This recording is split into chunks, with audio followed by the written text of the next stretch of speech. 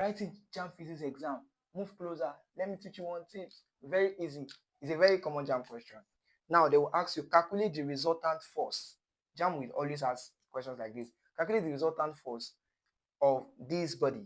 This is a body A that has this mass. Then 100 Newton is pushing towards this side. Then this is also pulling towards this side. Now, you just have to understand a principle about this. What is resultant force? It's just like when they say, what is effective force? Resultant force is that singular force. I love this definition. It's in your course notice. You see, it's that singular force that has the same effect, both in magnitude and direction, as 2, 3, 4, 5, 6, 7, 8, 9, 10 forces acting together. And it's as simple as that. That's why when they ask you, when maybe they come to your class, for instance, and there's a class captain, and the whole class are murmuring, and they ask for suggestions. The different people will have different opinions on a particular subject matter, right? But the teacher will just say, class captain, what is your stand? So that means the class captain will say, oh, ma, this is our stand, this is where we are, and that is the resultant.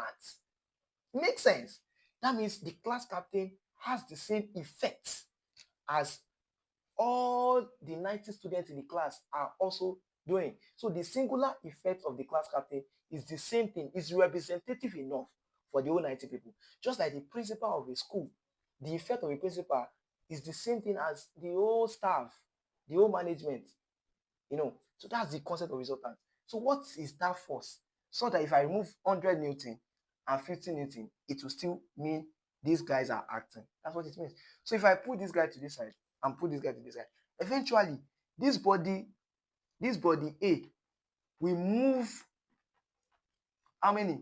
It will be what? 100 Newton minus what? 15 Newton. That means it will be 15 Newton in the please, it's not 15 Newton. The answer to this question is not 15 Newton.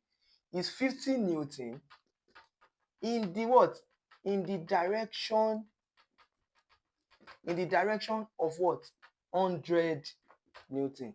So it is both magnitude and what? And direction. It is in both magnitude and direction. So the answer to this question is 50 Newton in the direction of 100 Newton. That means if 100 is to this side, 50 is to this side, eventually it will be 50 Newton towards my side. So you don't say 50 Newton, you say 50 Newton towards the direction of 100 Newton. So that's the answer. Now, let me give you a question. Here, solve this. What's the resultant force for 80 Newton and 80 Newton and let's say 200 Newton? So what's the answer to this? What's the resultant on body B? What is the resultant force or effective force? Drop the answer in the comment section. Bye for now. See you in the next video. Oh, have you joined our class? Send me a DM. Let me teach you in my close WhatsApp group. Bye.